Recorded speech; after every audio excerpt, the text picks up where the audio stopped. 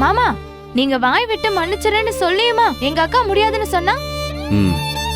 அக்கா ரொம்ப ஓவரா தான் பண்ணிட்டு இருக்கா மாமா. ஏய், நான் ஓவரா பேசுறதுனால தானே இன்னைக்கு ஓவரா பண்ணிட்டு இருக்கா. தப்பு என் மேலதானே இருக்கு. அன்னைக்கு நான் பேசின பேச்சு அப்படி. நான் மன்னிச்சிருன்னு சொன்னதும் அவன் மன்னிச்சிடணும்னு எதிர்பார்த்துன்னு வச்சுக்கோ. ஏன் என்னை விட கல்லஞ்சக்காரன் யாருமே கிடையாது. இப்ப நீ சொன்ன பாரு 100 வார்த்தைப்பா.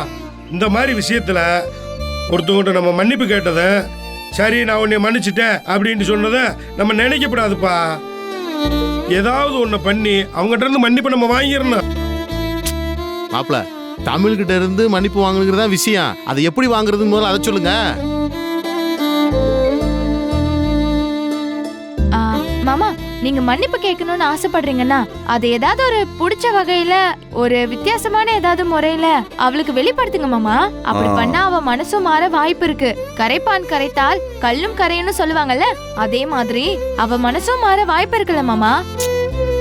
அவளுக்கு பிடிச்ச மாதிரி எப்படி மன்னிப்பு கேட்கறது? எந்த மாதிரி சொல்ற தம்பி? அந்த பிள்ளைக்கு பிடிச்சது ஏதாவது நீ வாங்கி கொடுப்பா. பிடிச்ச மாதிரினா என்னத்த வாங்கி தர சொல்றீங்க? ஏப்பா, அந்த பிள்ளையோட புருஷன் நீதான். 2 வருஷம் அந்த பிள்ளையோட குடும்பம் நடத்திருக்க. அந்த பிள்ளைக்கு எது பிடிக்கும் பிடிக்காதுன்ற விஷயத்த உனக்கு தானப்பா தெரியும்.